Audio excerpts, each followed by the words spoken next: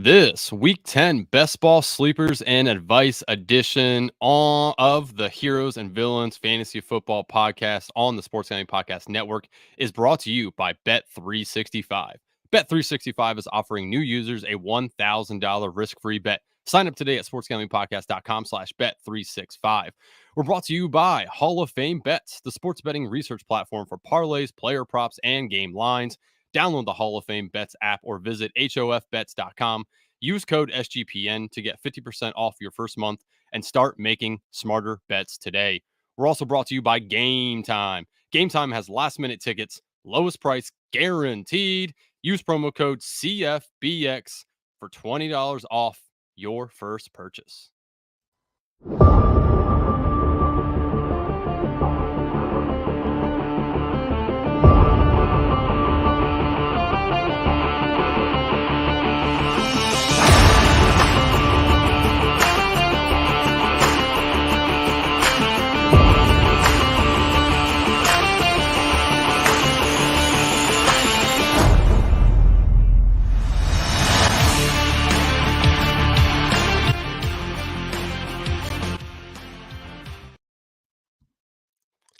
D-Gens assemble. Welcome to Heroes and Villains Fantasy Football Podcast. I am your host, Andrew Raub. Joining me today, very special guest, friend of the program, Davis Peng. You may know him from the Fantasy Football Six Pack, better known maybe as Hope's co-host on the Road to 150. Davis, how are we doing today, buddy? Doing pretty good, pretty good. You know, it's a Wednesday, one day before the beginning of week 10. And I'm gonna miss fantasy when it's gone. I'm already counting down that it's gonna be gone soon.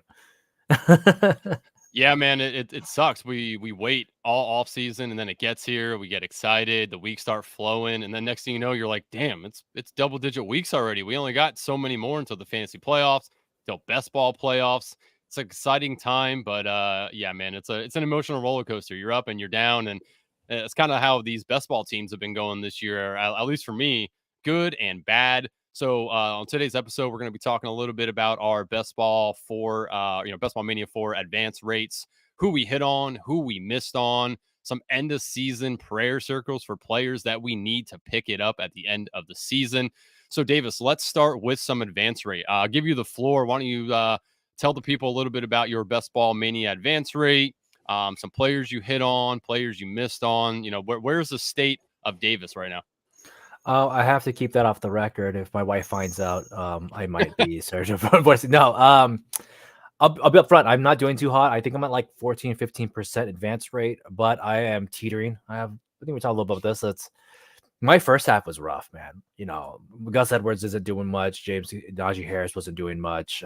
Derek Carr wasn't doing much. You know, a lot of these guys that I was really in on had a rough first half. But on the flip side, they're crushing the second half beginning, and I'm looking really smart. So I do think that I'll probably advance at least at flat 16 to maybe 20%. So it's looking pretty good at some parts. I have I think 2 top 10,000 teams. It looks like on pace for about 5 from what I see based on the scores. But other than that, it's pretty solid. And I am getting killed in one thing, and this is probably the more embarrassing one, is I'm getting crushed in all the high end games like Dalmatian and like Bulldogs and stuff like that. Like I'm all like at 5th place on so many of them. Nice. Yeah, I mean, it is rough. Like I'm currently advancing about 18.7%, 20 out of my 108 teams. Been floating roughly in the 17 to 22 teams advancing pretty much all season long. So I've been pretty steady with it. Definitely hit on a few good guys. Sam Laporta was a tight end I had drafted a lot of. Mark Andrews. You know, it's been helping some of these teams that aren't doing so hot on the like late running backs I've been drafting. Just kind of picking it up with some of these tight ends because I mean, again, as every year we see it, the tight end landscape is just brutal. Like you get Taysom Hill for a few weeks having good games. I'm heavily invested in Chig. That's a miss by me. You know, like there's just some of these players we really needed to kind of step up a little bit and haven't. Who do you think your biggest hit is, and who do you think your biggest miss was? Man, sheesh. Biggest miss. Probably my 50% Michael Thomas. No, no. I would say I think that one weighed pretty well. I joke, but I do always like to bring it up for funds. It is something I'm known for. But I would say probably my biggest miss, if we're talking about player pick to ADP, it's got to be Jerry Judy, right? Like I had like 30% Jerry Judy across the board, maybe like a little bit less than 30 in BBM, but he was like a fourth round guy, right? Started in the sixth, fifth, but got chased up to the fourth on the 3-4 turn with Ramondre, Najee, Keenan Allen, like some, but like Keenan Allen being relatively a really good pick there. So I'm getting crushed on that. When you talk about ADP wise, I would say that's a big miss. But if we're talking about hits, I would say I'm crushing right now a lot of these rando guys. Like I think my Russell Wilson, weirdly enough, is good. He's QB 11 on the season, coming before his bye week. I felt like I was getting him for nothing. I was paying literally nothing for this guy, and he's throwing 2-3 touchdowns a game. I think he's on pace to already break his season projected by like week 12, week 13. So he's been playing well enough fantasy wise. Probably not great overall for everyone that's expected of Russ, but I do think for a guy that could have been anybody's QB3, right? He's doing relatively well. I think that's one of the biggest crushes I have, and I can sit here and point to my 30% Gus Edwards and stuff, but I want to talk about like some of these guys I think that are I think are sneaky good this year. So I want to say like props to Russ. Russ is my number one or quarterback on the year, and I'm just nailing it. And then Cole Kmet would be my second one. I feel like a guy that I got a lot of crap on all season long. He's tight end 5, and his points are huge. He's not just putting up a little bit of points. He's putting up like massive points that he could be your, flex play. Yeah. Yeah. And one thing I wanted to ask you is like on the teams that you're advancing, like, have you noticed any trends on like, are a lot of them 2 QB, 3 QB? Do you got 2 tight ends, 3 tight ends? Like what's the roster constructions that you found have been most successful so far this year for you? So I want to, I think right now for me, the teams that are really doing well, that are advancing, pushing forward, looking good, and I feel like are going to be able to finish are my balanced rosters. I'm a big proponent for the 3-5-7-3 build, which is 3 quarterback, 5 running back, 7 wide receiver, 3 tight ends. I'm a big proponent for it. I do think that like the balanced play was actually a lot stronger than my 2 QB plays, a lot stronger than my 2 tight end plays, unless I was drafting the higher end tight ends, or even like, in hyper fragile RBs, right? I think those get crushed all the time too. I know for a lot of us, we want to point to these late end wide receivers, but outside of Puka Nakua, I can't really think of a late round receiver that's doing well, right? Like Puka, Tank Dell. Tank would be Tank my Dell. second. Yeah. Yeah, Yep. Tank is doing relatively well, but you got to think about how often are we really nailing them, and on team percentage wise, how much we're drafting. We're probably taking them 10 to 16%, and that's a high exposure. Everyone's usually down.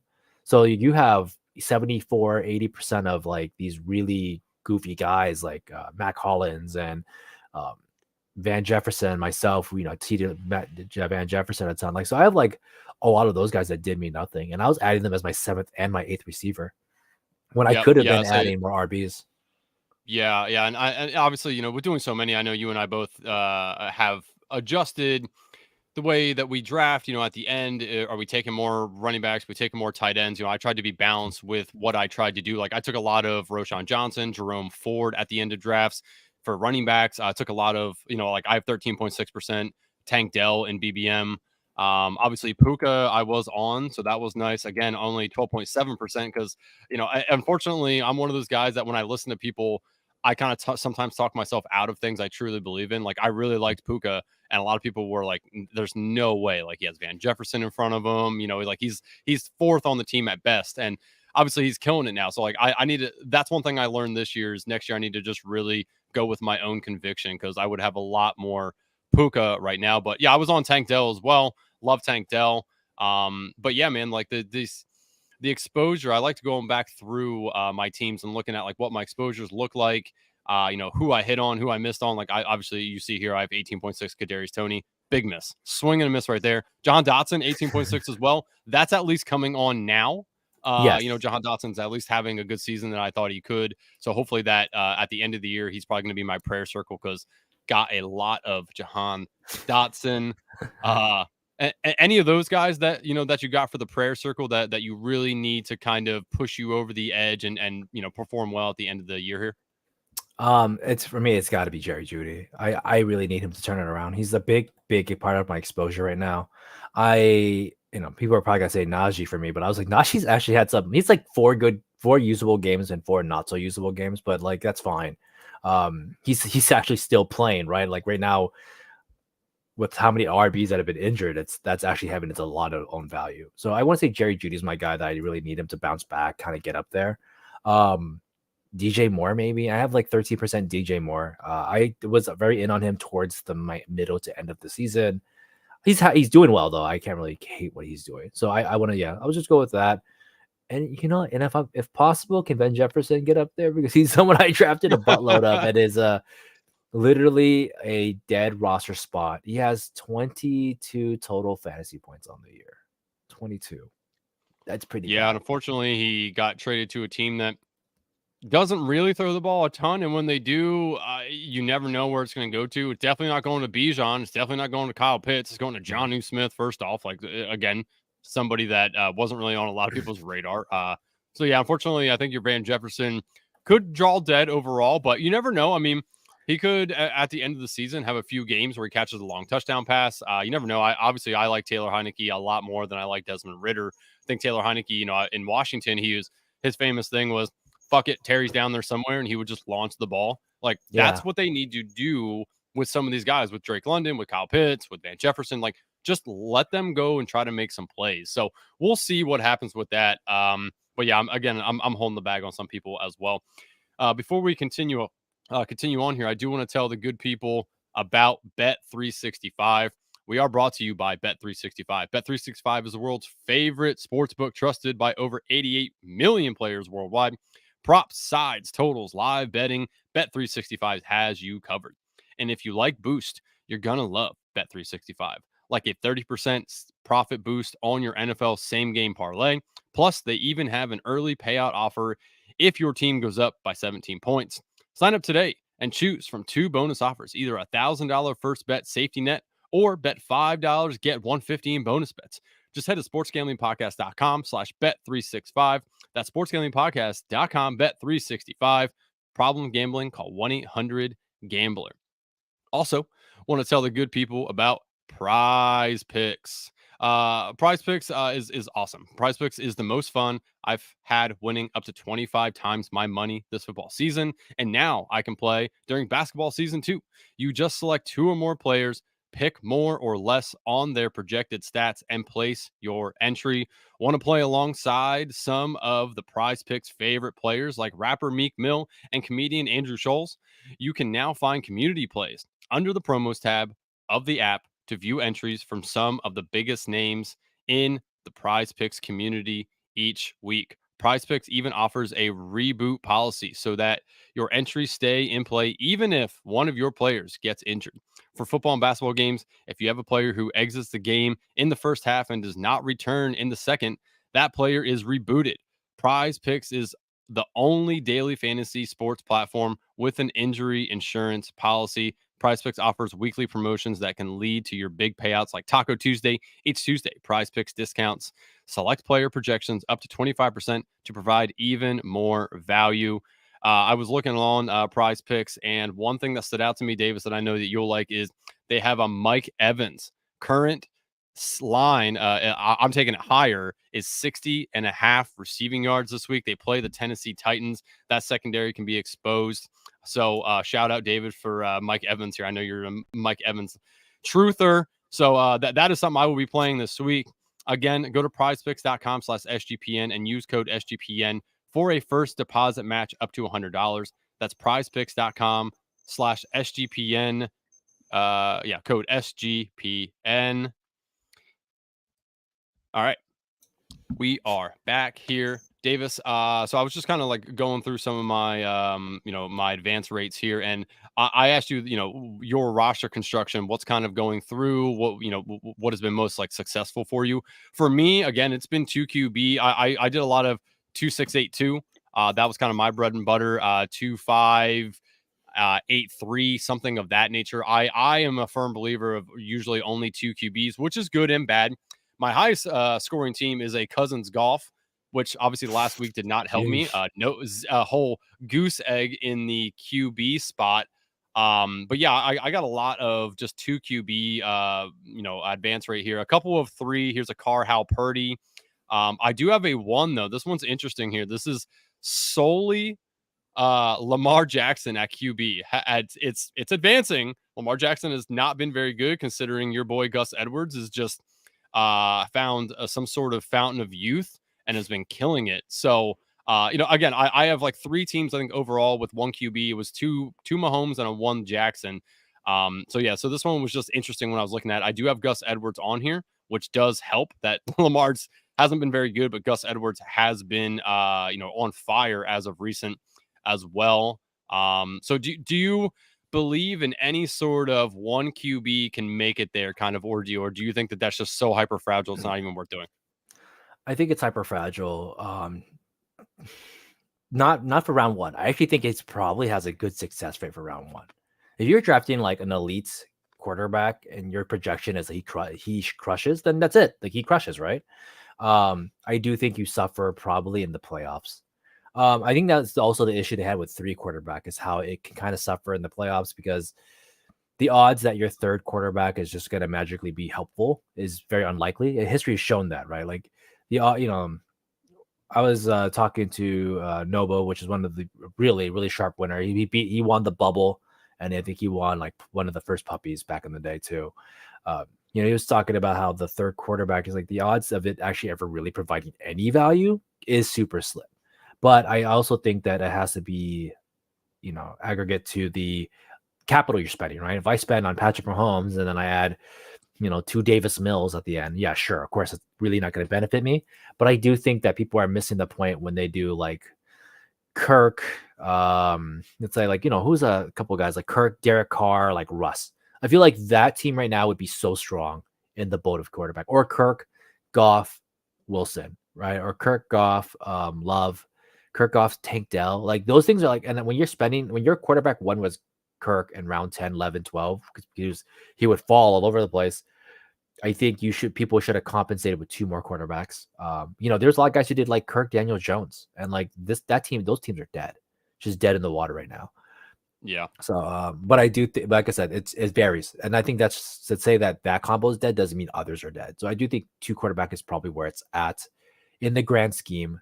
Maybe just not so good at a certain level of advance rates, but probably is better than 1 in 3 Yeah, this altogether. year it feels weird too because like 2 QB feels good overall, but then you got Aaron Rodgers who's out, Kirk Yep. Cousins who's out, Justin Fields has not played. Like it feels like this year a lot of quarterback injuries and we're having bad quarterback play because there's a lot of backups. Yep. So it's a very interesting year for sure. I wonder how we're going to be able to take the data after the year's over and kind of compile it and look at it and know that like we're probably not going to get that many quarterback injuries next year. But with the current landscape, like I three mean, QB might be a good viable option right now, just because of how many quarterbacks are getting injured. And another one right here, Stafford. Like this one here, I have a Daniel Jones, Matt yeah, Stafford one again. Like it currently advancing, but it won't. not looking Basically, hot. won't. Yeah, Yeah. and then we're not even counting the fact of like Ryan Tannehill's out, Anthony Richardson's out. There's a lot of guys that are just done. And I think and I talk about like 3 QB. One of the biggest pitches I had was like knowing who's mobile at the end and taking shots on guys like Sam Howell right now is quarterback 6, Yes. coming Love out Sam of Howell. week 9. So like you could everybody could have Jared Goff, Sam Howell, and Sutton or sorry, Wilson, right? Like that could be a legitimate combo that costed you nearly nothing and we could be crushing. Dak was a guy that fell apart all the time in a lot of leagues. He would go out to like round 9, 10, So and right now to top it off, like the quarterback ones aren't really separating themselves that much. There are some games where they're crushing, but like Patrick Mahomes is what 6 points away from Tua and 10 points away from Sam Howell. Like that's not what I paid for Patrick Mahomes for. So I think that's something we're going to revisit. There was a regression this year, a huge one. Definitely. Yes. Yeah, most certainly. It is definitely interesting for sure. So we'll see how it all shakes out here. let's talk a little bit about Week 10. I have some questions for you that I'm going to ask you, and then I do want to get to some end of season players that maybe we should be trading for, some sleepers, like guys that you think just could come on hot at the end of the year that we should in redraft, potentially be trying to pick up as well. So, for this week, I was looking over the QB play, and I got a couple of guys here. I kind of want to ask you like this or that guy. So this week we got Jared Goff at the Chargers. Same thing, Justin Herbert at the Lions. So between those two, if you're building a DFS, if you want to play this game in DFS or in like battle, underdogs battle royale, like what side of the coin would you rather be on, the Goff side or the Herbert side? Man, I was actually thinking about that game earlier today, and I was asking our friends. I was like, "How do we feel about Justin Herbert?" Because remember, Justin Herbert was not a guy last year that people wanted to have on their team, and he's in the same exact situation where he doesn't have Mike Williams, where he doesn't have Josh Palmer. He doesn't have a tight end that he can count on because they get injured. He only has Austin Eckler and Keenan Allen, right? I call me crazy, even though with David Montgomery possibly coming back, I think I'm taking Goff. I feel like Goff is going to have to play to throw more, and he has Laporta, he has Amon, he has a deep shot every week with Jameson Williams and Josh Reynolds and these other guys. I think I want Jared Goff, and he probably costs you nothing in DFS. Yeah, I mean, I've done a couple of battle royales, and yeah, I mean, you can get them a little later. You don't really have to be like, the some of the guys going off. Prescott, Burrow, like some of those guys are going off earlier than Goff, Lamar Jackson as well. So let's. I'm very interested to know because Lamar Jackson not doing very great. Doesn't have any touchdowns over 20 yards, passing touchdowns over 20 yards this year. Like, just they've kept it very close to the vest. But Mark Andrews seems to be a Browns killer. Like this dude can score touchdowns against the Browns. So do you think history repeats itself and we can fall into a Lamar Jackson, Mark Andrews stack this week against Cleveland? Or do you think that it's better to kind of go, off the board a little bit and maybe take like Joe Burrow, Sam Howell, like one of those guys? I'm just not in on Lamar, right? Lamar's upside has always been his rushing ability and rushing touchdowns, right? I think this kind of proved the fact. All year long, all summer long, I heard, oh man, Todd Monken or whatever is gonna like unleash Lamar, and I was like, Guilty. I don't think that it was untrue because we know Lamar's a good passer. I always make the joke that like Lamar was an MVP with Willie Snead as like his leading receiver, with whatever Marquise Brown and random guys on his roster, right? So we know he's a good passer, but he didn't win MVP as a passer. He made it as a 1,000-yard rusher, I believe, right? So I think about all of Jalen Hurts' touchdowns where they all come from him just stealing from DeAndre Swift, right? Or stealing from Miles Sanders in the past and etc. So I think since Lamar's not longer doing it, they're not putting their franchise quarterback out there to get hit. They're putting Gus out there to get hit now. I don't want it because the odds of Lamar them progressing back into him running it in, unlikely at this point. They don't want him to get hurt coming into the playoffs, and his receivers aren't good. I was making jokes about Rashad Bateman all season, and it's coming true. Like he just doesn't have the experience as an NFL player, and it's showing up. So I think you could play Mark Andrews solo. Like I would do that, but I wouldn't play. Like I wouldn't force Lamar into a situation. Yeah, and it sucks. Like I just don't think that the Ravens are using Zay Flowers how he should be used. Like they're keeping it really close to the vest. Like if you watch his college tape, that dude is dynamic. I don't know why they're not getting the ball in his hands at any point. Doesn't matter where he is on the field, doesn't matter what route he's running, get the balls in his hands. But he can be a downfield guy from them, and they're just not doing that. It's very, again, I said guilty. Like I was a guy that believed in the Monken offense. I thought Mark Andrews was going to be just lights out awesome this year, which he has been very good.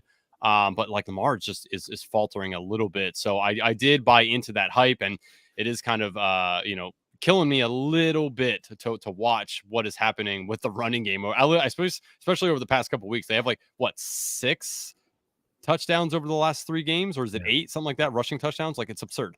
Yeah, but the other thing too for me is that Andrews was always a like a product of being the only guy left on the field, we talk about a team that always loses its players. They lose their cornerbacks over in the Ravens. They lost the running backs. They lost every receiver at some points. Like Andrews was one of the few guys, although he would be hurt some seasons, but he was one of the few guys that was still on the field. He's not getting those 12 targets, 10 targets a game constantly. He's getting like 8 some games, a couple of 5s. Look at his stat right now from week 2 to week 9. He has about 5 games where he's getting 6 or less targets. I don't know how any positional one where you get 6 touches and you're the one in your position. Never happened. I do think that we believed in Zay, we believed in Rashad, we believed in Odell, we believed in J.K. Dobbins. So when we believe in all those guys, somebody has to get it. Someone gets negatively impacted, and that was Andrews. That was, to me, I felt like that was kind of a given. But people said, well, that just scales. Like everybody will get a 1,000-yard season. I'm like, okay, never mind. Like, so yeah, it's been unfortunate, but we will see. I do want to ask you about some running back and wide receivers, but before we do that, Davis, I don't know if you ever heard about this sweet Game Time. Game Time. It's a place where you can go get tickets stress free. They have it's super easy to navigate Game Time. It's nice that when you see what price is there, it is the price. They have lower fees, better prices. They have it on mobile as well, which is always nice. They have a Game Time guarantee. It says, we've got your back. When you buy on Game Time, your tickets will be on time and authentic, guaranteed. With killer deals on last minute tickets and their best price guarantee, you can stop stressing over the tickets and start getting hyped for the fun you will be having. Game Time is the fast and easy way to buy tickets for all the sports, music, comedy, and theater near you. I was looking for some Washington Commanders tickets for their upcoming home games. I don't want to buy into them potentially being a wild card team, but they are right on the cusp of playoffs right now. So kind of want to go down and watch one of these games. I was scrolling through Game Time, just made it super easy. You also get images of the seat before you buy them, so you like know exactly what you like, where you're going to be sitting and what like the view is going to be before you arrive. So that's always nice to see. So you're not worried about like, am I going to be sitting behind something, where there's like an obstruction in the way. But you can buy tickets in a matter of seconds too. Takes 2 taps and you're all set. Tickets are sent directly to your phone, so you never have to dig through your email. Snag the tickets without stress with Game Time. Download the Game Time app, create an account, use code CFBX for $20 off your first purchase. Terms apply. Again, create an account, redeem code CFBX for $20 off. Download Game Time today. Last minute tickets, lowest price guaranteed. We're also brought to you by Hall of Fame Bets. Win bigger by betting smarter this NFL season with Hall of Fame Bets, the sports betting analytics platform for parlays, player props, and game lines. Research every NFL, NBA, MLB, and soccer bet with historical stats and data. Enter any parlay idea into Hall of Fame Bets' revolutionary parlay optimizer tool to get hit rates broken down by leg, as well as an expected probability for the entire parlay. Sort all players by hit rate for any bet to learn which players are hot and which players have value. Stop betting in the dark and join over 30,000 users researching with Hall of Fame Bets to craft more intelligent, data-driven parlays. Download the Hall of Fame Bets app or visit hofbets.com. Use code SGPN to get 50% off your first month today. Start researching, start winning with Hall of Fame Bets.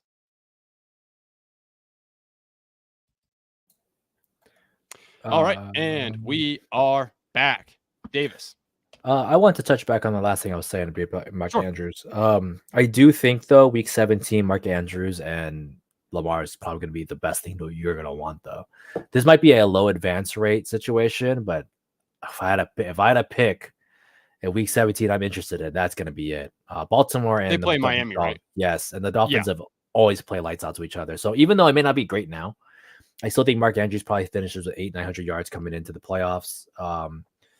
Maybe still 8 to 10 touchdowns. I just will say that the one thing that we should have known coming into it was like, if you like the other weapons, like somebody has to suffer. But I do think he's going to still finish strong. And I think week 17, I'm gonna wish I had more Mark Andrews and more Lamar Jackson for low advance. Yes.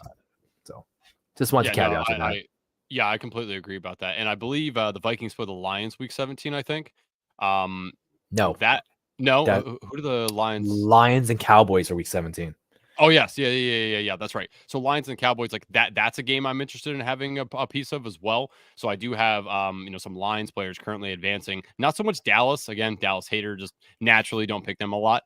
But I do have a lot of the Lions advancing right now. So that game I will be very interested in watching if the advance rate holds true currently.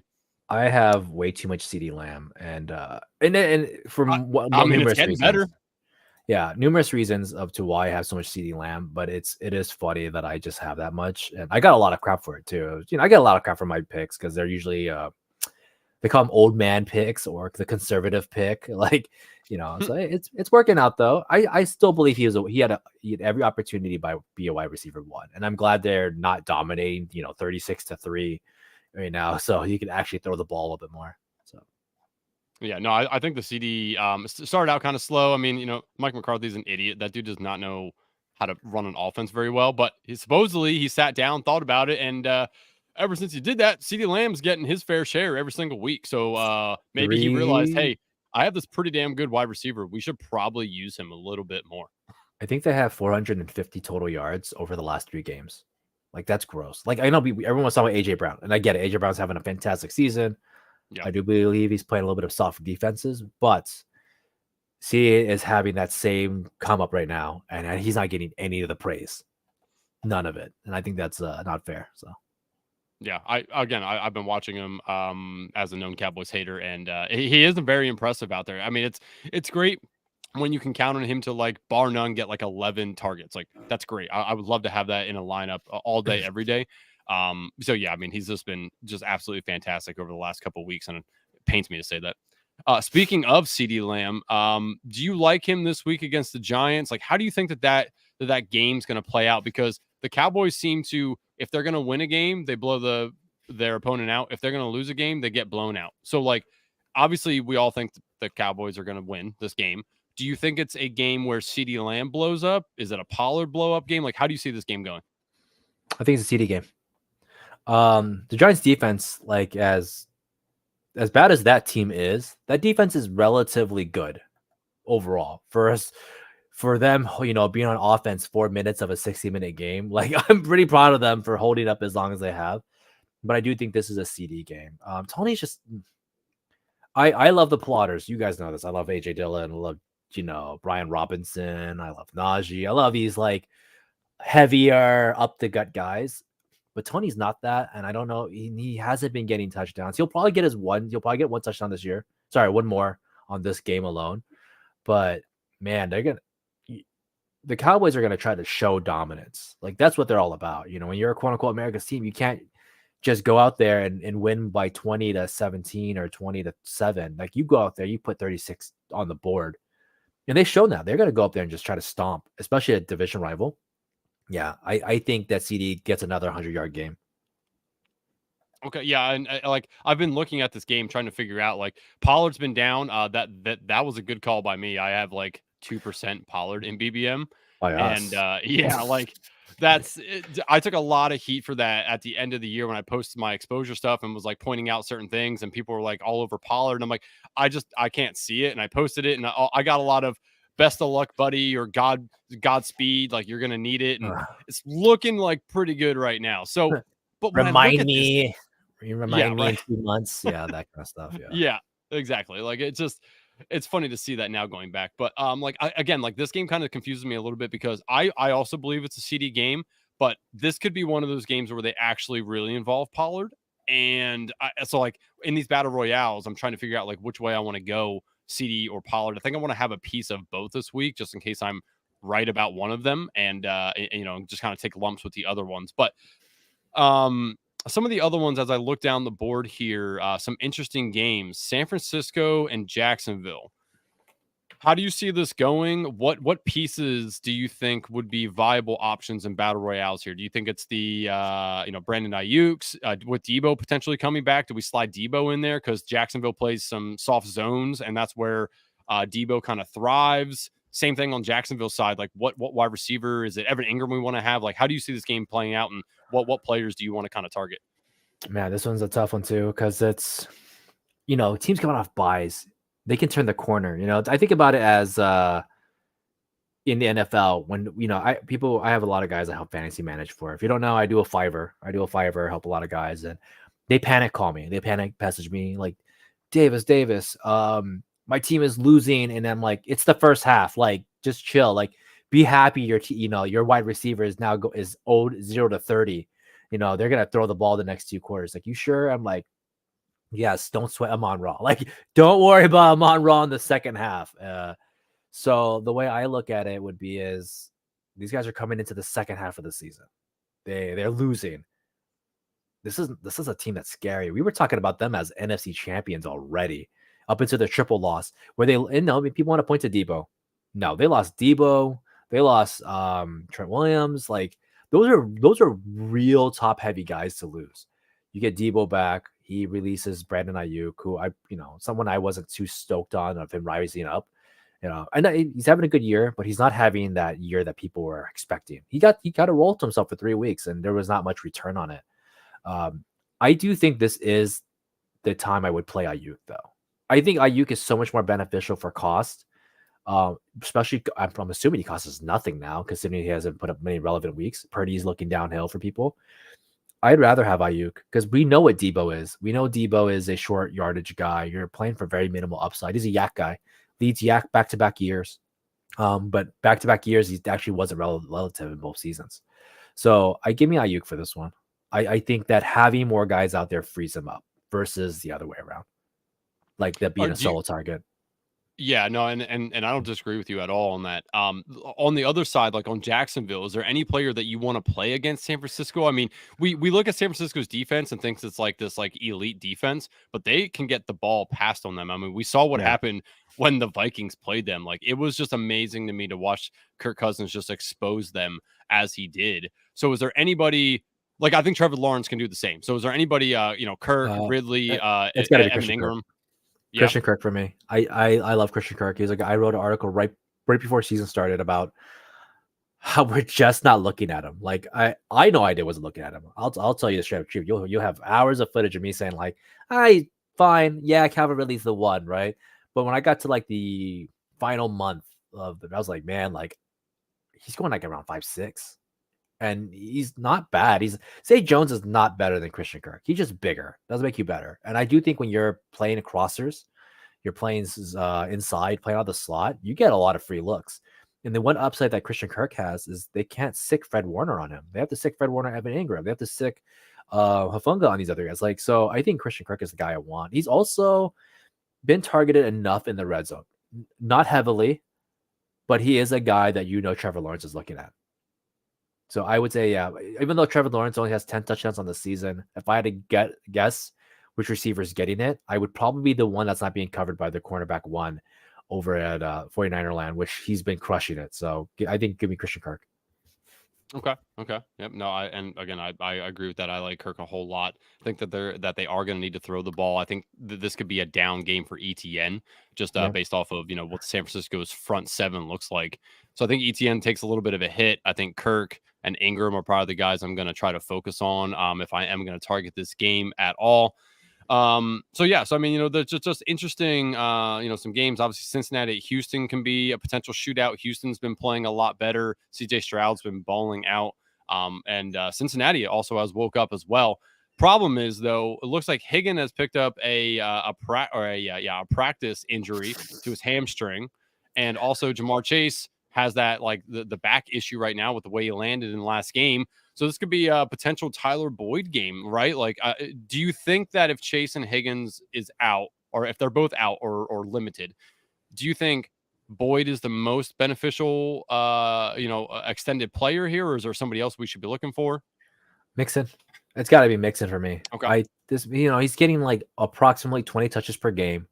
I think when you get to the red zone right now, it's been, put in tight end plus Tyler Boyd, sure. But I do think like Mixon gets leaned on a little bit heavier here. He can catch balls. People forget this. Like, Mixon can kind of do it all, and he's having a sneakily good year. That's being overlooked because he is Joe Mixon, right? No one loves to praise the guy. So I think Joe Mixon, is one that really benefits here. I do think with the potential of If all three receivers are on the board, though, yeah, definitely Tyler Boyd too. I think Tyler Boyd's gonna crush.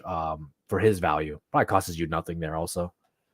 Yeah, I'm looking like just at some of the rankings here. Like Mixon currently like number 5 running back going off the board. Has a a projected point total of 14.3 as well. I think that that's potentially low. He could be in for a 2 touchdown game. I think that's a plausible outcome for him. Yeah. Especially if Higgins and Chase are both out. That definitely is a plausible outcome here. So we will do a battle royale here in a little bit. But Davis, I do want to give you the floor here to talk about end of season sleepers, players we should potentially be trading for, guys that are on, maybe your bench a little bit that you're like, can I play this guy? Can I not? Is it going to be somebody I can viably put in there? Should I not trade this person away? So do you have any like end of season into playoff sleepers that we should be targeting? Justin Jefferson. No, I'm just kidding. um, there's two guys. So one's a little bit biased on my end, but it's not. I haven't really talked about him a lot, but I do think James Conner is this guy that really is going to come in 6 weeks, 7 weeks. And if he plays those 6, 7 weeks, it's going to be good because there is no competition. And I remember saying this a lot. It's like people are like, well, Keontae Ingram. And I'm like, are you kidding me? I Keontae Ingram has done what, 7 total yards on the season. Like, I don't know what he's done. He's done nothing. So I do think Not that much. Connor is a 3 down back. There's no, I think Amari DeMarcado might be able to take a little bit, but not enough for me to be scared. I do think James is someone that people should have been targeting on last week, this week, coming into IR. And I feel like the guys that are eating his IR weeks probably feel like they're selling high because anyone who's had James Conner hates James Conner. They're like, oh my God, this guy's injured again. Same thing, right? He's in your end of season prayer circle, huh? Yes, definitely 50% of my roster. But yeah, he's up there for sure. But I do think he's gonna crush, man. He's done it every single year. We write this guy off every year, and I caught myself doing it. But I'm like, man, I'm wrong. I should be using this guy more often. And then my second one is DeAndre Hopkins. I don't have a ton of Hopkins. I had a little bit of him in the beginning. Obviously, I was hoping he'd land on a team that wasn't the Titans. But like, think about the amount of quarterbacks he's played with and how immediate he's been relevant for those guys. DeAndre Hopkins is probably the most quarterback-proof player next to Brandon Marshall, right? He already had his big game once with Levis, and he's on a down game. But his down game still was like 8 targets. And Levis is still getting the feel for the NFL.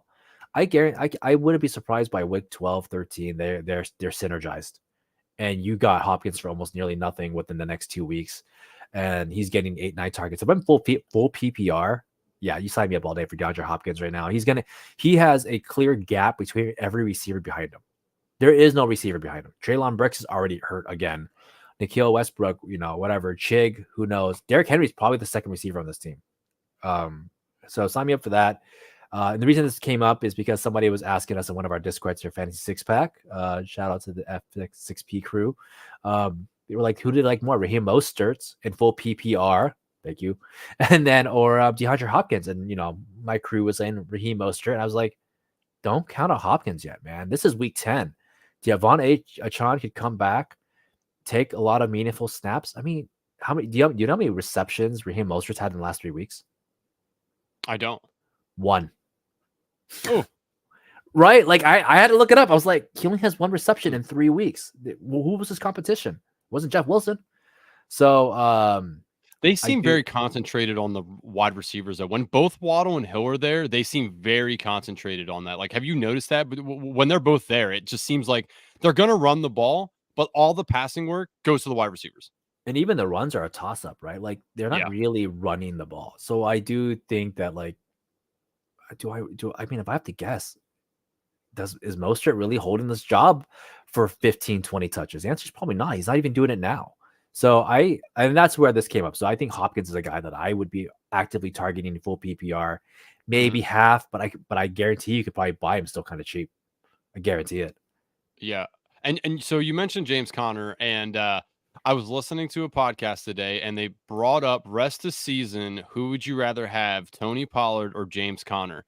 It was funny because like immediately I'm like, oh man, they're gonna say Tony Pollard, right? And like the 2 guys on the podcast were kind of like, and they kind of started talking it out, and they landed on, I guess, Pollard because of the offense. They're like, but that's really close, right? James Conner's gonna have a lot of work, and it's funny, and I immediately thought of you and James Conner. It's like if that's a true question and conundrum for people, like that tells you does that tell you more about James Conner, or does that tell you less about Tony Pollard, right? Like it should easily be Tony Pollard if you look at beginning of year stats, right? Like Yeah. what we thought projection wise that they were going to do, but it was just funny to hear them kind of him and haw about James Conner versus Tony Pollard.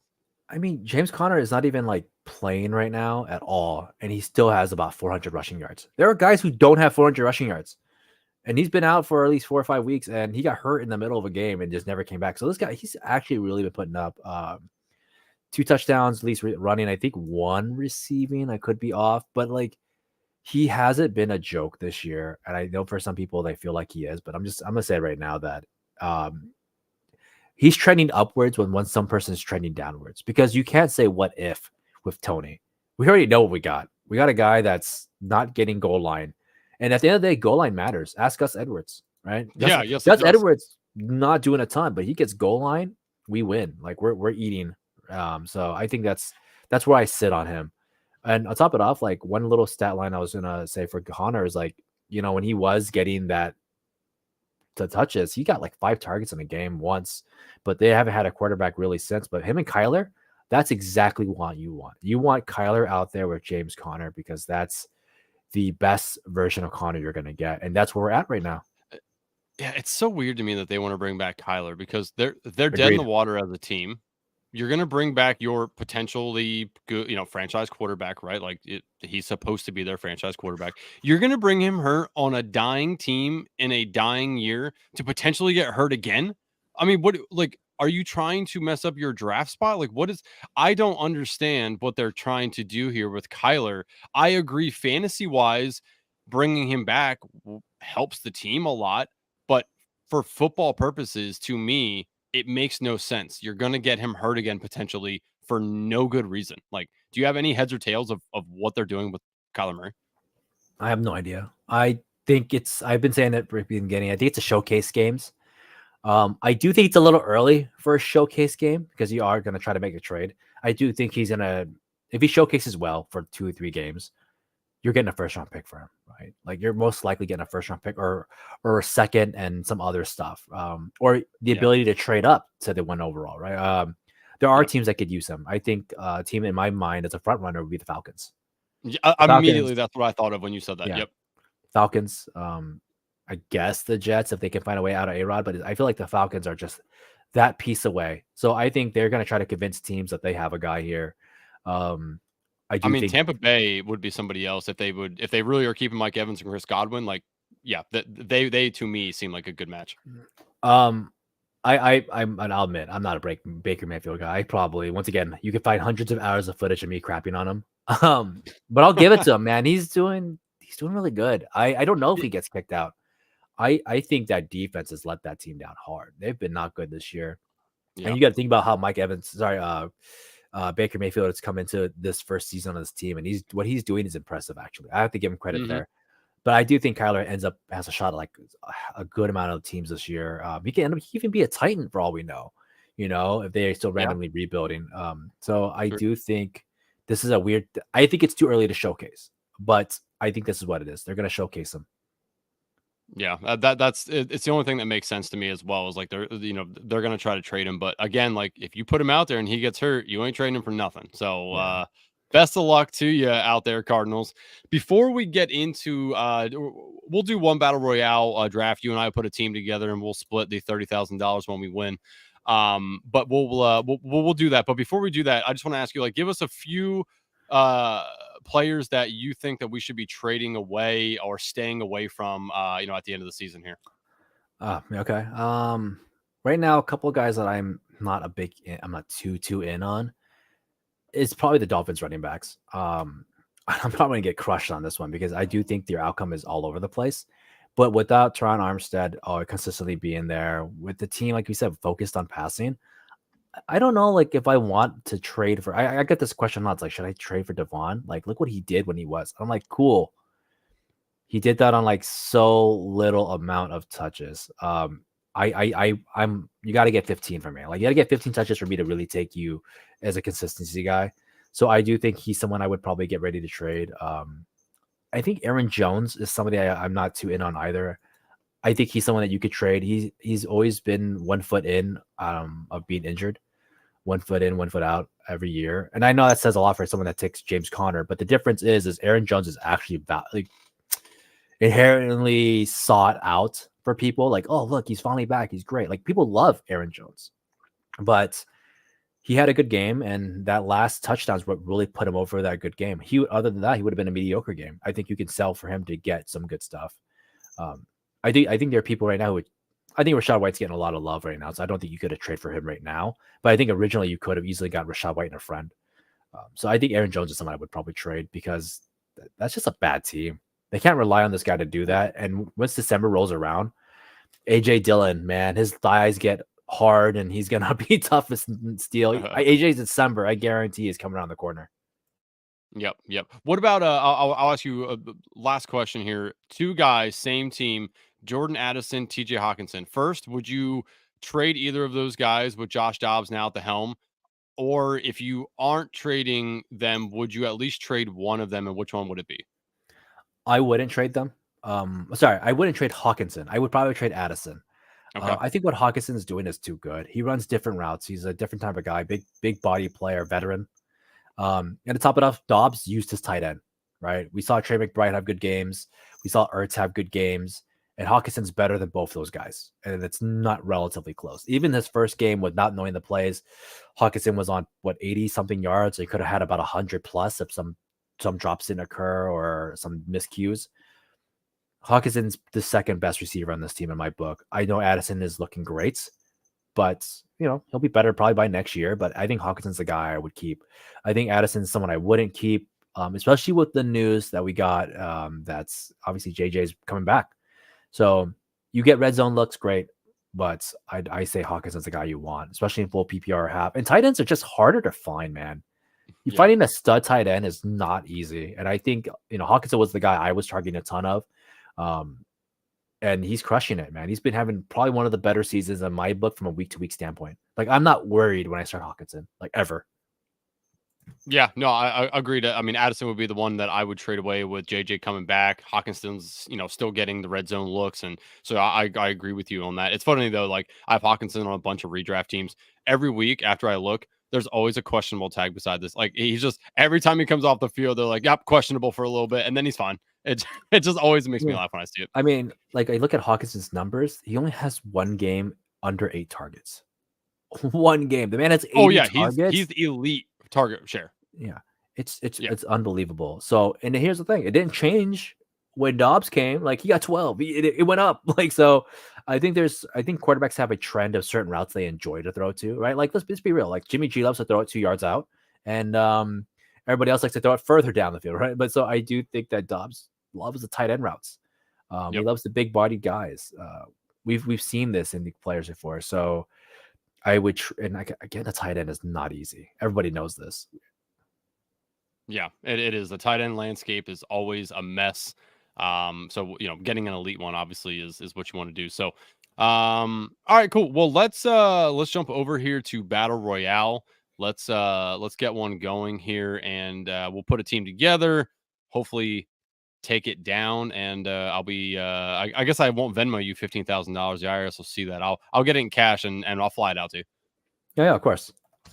I like mine in non-sequential bills. Apparently, that's what you're supposed to say. Done. To say? Yeah, $2 bills, is that fine?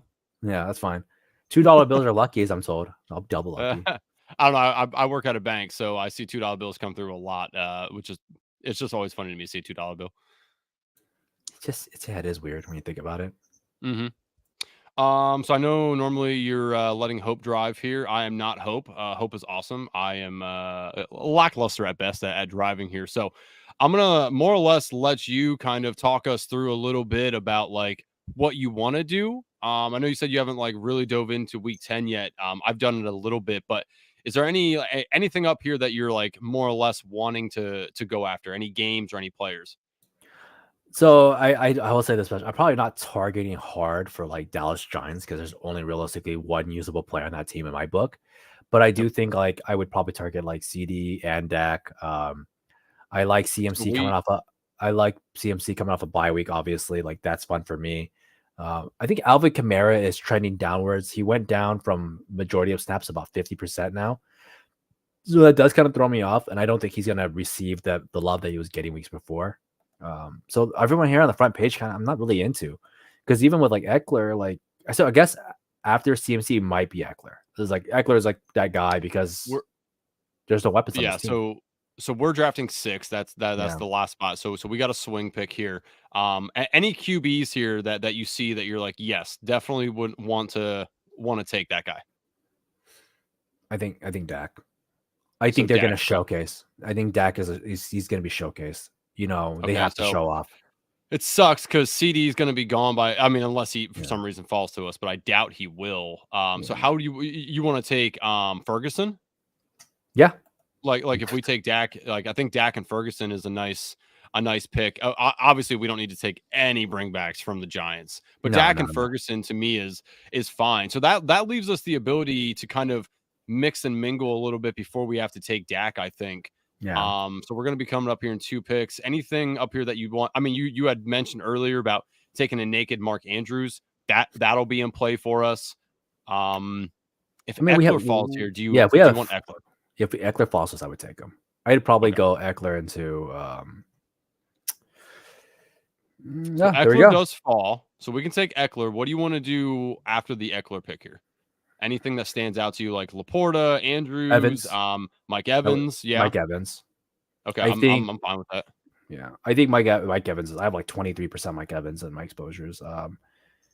He's been great. He gets a call. He gets a touchdown called back by a yard. Like that would have been amazing, right? Yep. On pace for 1,000 yards. Quarterback proof once again, like anybody else. Future Hall of Famer. I don't care what anyone says. Uh, I would have probably considered a little bit of T. Higgins here, but I will say the news will scare me a little bit. But the one thing Yeah. that I do like is a lot of the interviews that came from T. Higgins with Joe Burrow were very positive. They're like, "Hey, man, he's my buddy. Like, me and him talked. He was getting the ball. Like, we're gonna do work, bounce back season, all that stuff." So Yeah. Yeah. Just you hate seeing a player pick up an injury during practice, the hamstring, and it just puts his week 10 availability in doubt, which sucks.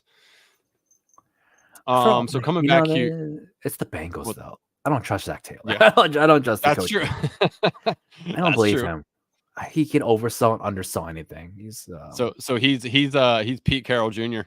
Yeah, he's been the worst. I hate him. People hate Arthur Smith. I hate him. Oh God, Arthur Smith. Oh, yeah, we can't even go down that road. That dude just agitates the living hell out of me. Yeah. So coming back here, we hopefully will be able to take Dak. Um, I say what's we your could take. backup option at QB if we don't get Dak? What do you want to back up into here?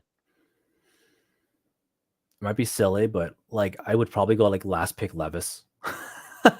He's going Take a against Tampa. Will Levis. I thought maybe Like you were going to say Baker to mix up with Mike Evans. that would have been another one I would consider too. Like I was thinking about maybe if we get the chance that we could take DeAndre Hopkins with our Evans for the come bring back.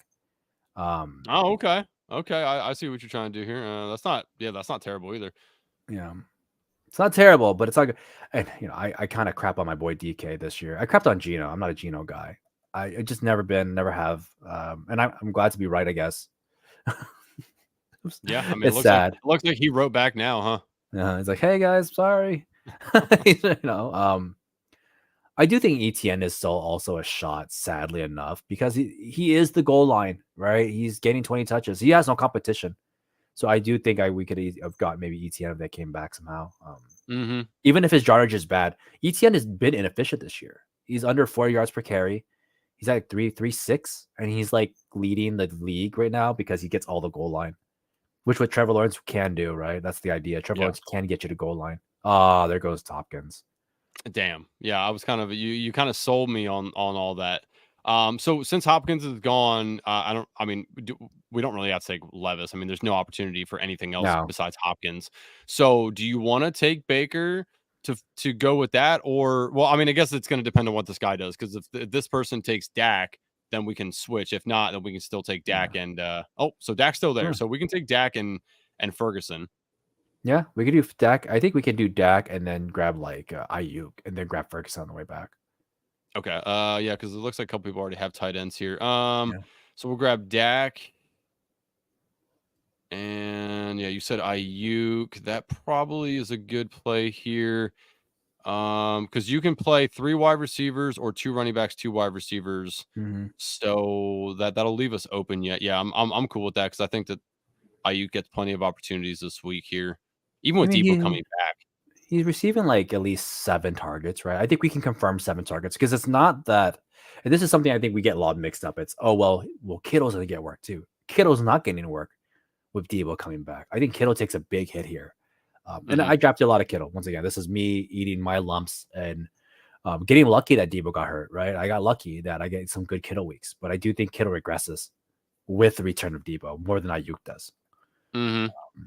Yeah. I was a little down on Kittle. I wrote a piece for SGPN about my best ball tight ends, and Kittle was ranked 7 for me. Behind a couple of other guys, and I still feel good about that. I mean, he's teetering around that right now, isn't he? Yeah, he's his spike weeks are like elite though. His spike weeks Hmm. have been just too good, and I think that's why people buy Kittle is because in the fantasy playoffs, if you get best ball playoffs, you get a Kittle week, you're likely advancing. Like it's almost a guaranteed advancement. And but I do think from a week to week standpoint and health concerns that the man is not where he should have been. But we play for good best ball players, right? We play for the money. We don't play for advancement. Yeah. No, I mean definitely. So coming up here, we still got 6 picks until we're up. Obviously, we're gonna try to take Ferguson if he's still available. Do you want to take another wide receiver or do you want to take another running back? Mixon's in uh somebody I would take here. Personally, I like Mixon and the matchup and what opportunities he may have. We have a couple of wide receivers down the board here that are a little interesting. Terry McLaurin, Nico. I- Um, I'm okay with Joe. I think Joe Mixon's like a fine play. I don't know if he's gonna be the winning week guy, but I do think he's a guy that has like there's no miss on him, right? I don't. What's his yeah. worst game is what 14, and I think those sometimes get you through. So I also think Derrick Henry's very undervalued right now. He's been crushing really well too. Yeah, Henry's interesting too, and that's a bring back for our Evans. So I think we take probably one of the Henry or Mixon if anybody if either of those guys are there, and then Yeah. obviously take our Ferguson and be done with it. Hmm.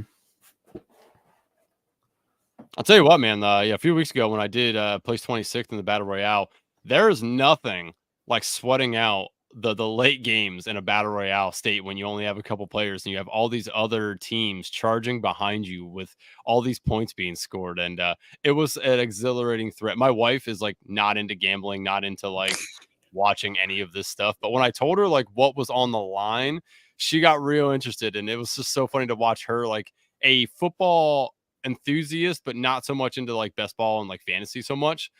Even though she did win my home league 2 years in a row. So Mixon and Henry went, by the way. That's Shit. funny. Okay. So we could take Ferguson. We'll know that. But then what do we want to do on this other pick here? We got Deontay Johnson. Tyler Lockett, maybe, or yeah, I would consider it. Maybe Amari Cooper. I know it's a little Lockett random. is there. Amari Cooper is there as well. Let me take Ferguson here real quick. Kind of sucks to leave a Hawkinson on board though, but I do think that Ferguson gets more I mean, touchdown we can upside. double tight end it if you want. I mean, that No, I have no, no problem with that. no. Let's scroll down a little bit. Let's see some wide receivers. Here, so some of these wide receivers here we have. So there's Lockett there, I maybe Christian Kirk's there, Dotson. I mean, maybe there's a couple of Dotson. good guys here. I think maybe Dotson, Dotson. yeah, I Yeah, mean he's getting a lot of play. I'm fine with that. he's riding 2 weeks hot right now. I think you He just is. ride the wave. There's a lot of guys at this part. This is fun because I think this is one of the better final rounds I've ever seen. Like Justin Jefferson's down here, man. I would have normally said Cooper probably, but I think Baltimore has been playing lights out. I don't know if it's Yes. going to affect Cooper though. Like his Cooper has been, shout out to Cooper. He's having a good season again and got underplayed a little bit. He was a guy that was originally round 3, then slipped to mid round 4s. So he's Hmm. a guy that I should have drafted over Jerry Shooty. Let's see. So yeah, so our team here, just to recap for the listeners, is quarterback Dak Prescott playing the Giants, Running back, Austin Eckler, our lone running back. Chargers play Detroit. Wide receivers, Mike Evans against Tennessee. Brandon Ayuk plays the Jags, and Jahan Dotson playing Seattle. And then obviously we paired our tight end, Jake Ferguson, with Dak. I like this. We have some high variance players here, Austin Eckler, and then obviously, Mike Evans. I think those two can score very well this week. It would be really nice for this team if let me go back here and pull up I think we got a little unlucky there with the people sniping our bringbacks. I do wish we got bringbacks on Yeah, this. that would I have would, been nice. yeah, I would have really enjoyed having DeAndre Hopkins against a Mike Evans. I don't think Tennessee's defense is that stout, and right now we just watched a CJ Stroud just torch Tampa Bay. So that's gonna be interesting. Would have been nice. Yeah, Even no. get Mixon. Yeah.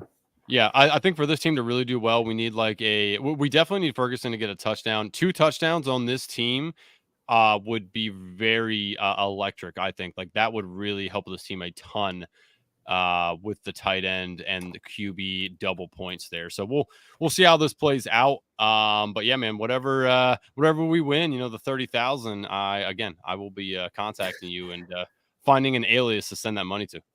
I mean, luck's on our side right now. I mean, Jake Ferguson has back-to-back TDs, numerous yardage, and the one thing I will say is like the Cowboys don't play to barely win. They really do come out there and just really stomp people down. And I know CD hasn't really gotten the total yardage out of that, but even in games where he only has 4 receptions, like for those 4 receptions were like 77 yards or like 60, like they're not bad, just not round 1 worthy at the time. So I have faith in it. I think they're going to come out.